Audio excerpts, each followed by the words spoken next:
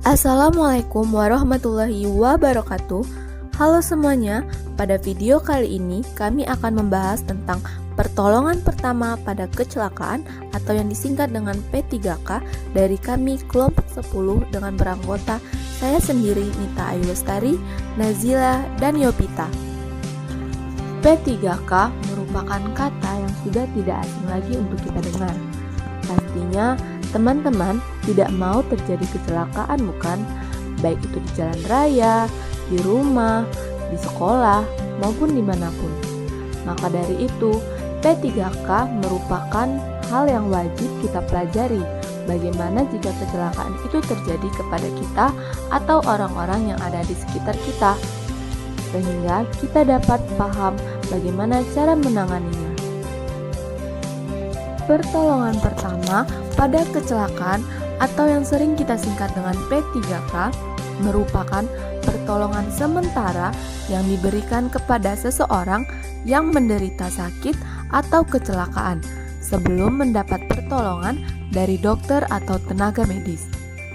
Adapun sifat dari P3K ini memberikan perasaan ketenangan kepada korban, mencegah dan mengurangi rasa takut serta rasa gelisah, mengurangi bahaya yang akan lebih besar. Tujuan P3K. P3K memiliki beberapa tujuan. Yang pertama ada menyelamatkan nyawa atau mencegah kematian, kedua mencegah cacat yang lebih berat, dan yang ketiga menunjang penyembuhan. Nah teman-teman, orang yang memberikan pertolongan pertama itu harus mempunyai kemampuan, keterampilan P3K, serta mampu melihat situasi dan kondisi korban sebelum melakukan pertolongan pertama. Jika terjadi kecelakaan yang kita lihat, tindakan-tindakan yang harus dilakukan dalam memberikan pertolongan pertama antara lain ada memanggil orang dewasa, yang kedua, hentikan pendarahan, ketiga, cegah dan atasi shock, keempat, cegah infeksi. Prinsip-prinsip P3K. P3K memiliki prinsip-prinsip yaitu yang pertama, bersikap tenang dan tidak panik, kedua, beri pertolongan dengan tepat, ketiga, jangan terburu-buru memindahkan atau menggeserkan korban, keempat, usahakan korban tidak melihat luka, kelima, setelah mendapat pertolongan pertama, segera bawa ke dokter, puskesmas ataupun rumah sakit agar mendapatkan pelayanan yang lebih baik dan perawatan yang lebih baik juga.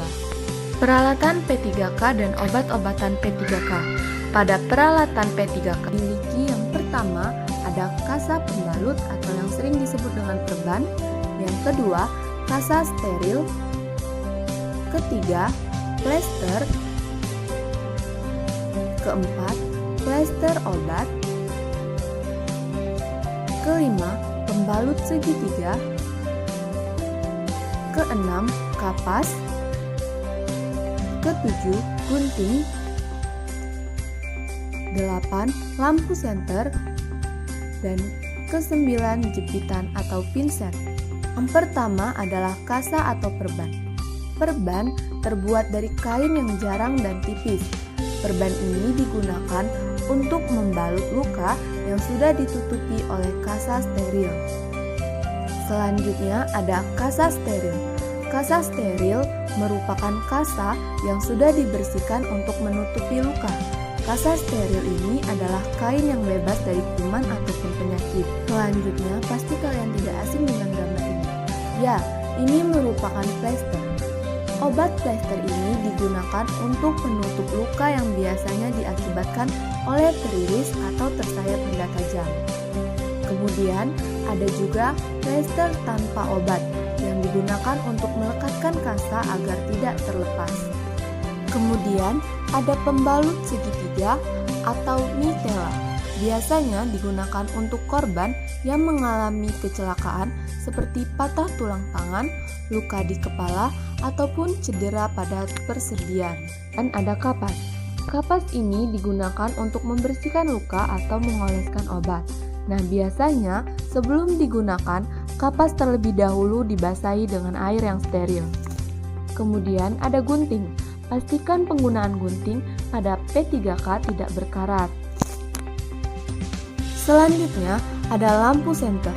Lampu senter ini digunakan untuk melihat luka agar lebih jelas saat proses pengobatan. Dan yang terakhir ada alat seperti jepitan atau pinset yang digunakan untuk mengambil benda ataupun mengambil kotoran yang berada di dalam luka.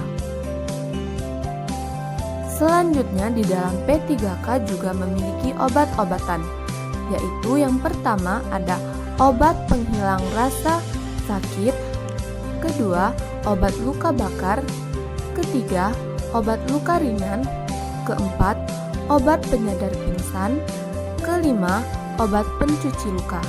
Obat penghilang rasa sakit yaitu seperti minyak angin, balsem, dan juga minyak kayu putih. Kemudian obat luka bakar itu seperti ada salap minyak ikan, bioplasenton, dan lidah buaya. Dan pada obat luka ringan terdapat obat seperti obat merah dan juga betadin. Kemudian pada obat penyadar pingsan itu seperti amoniak cair. Kemudian untuk obat pencuci luka bisa menggunakan larutan betadin, alkohol 70%, dan burwater. Nah teman-teman, itulah tadi sedikit penjelasan dari kami tentang P3K. Pastikan teman-teman semua selalu berhati-hati dalam melakukan aktivitas agar terhindar dari kecelakaan. Itulah tadi sedikit penjelasan dari kami kelompok 10, kurang dan lebihnya kami mohon maaf. Kami ucapkan terima kasih dan wassalamualaikum warahmatullahi wabarakatuh.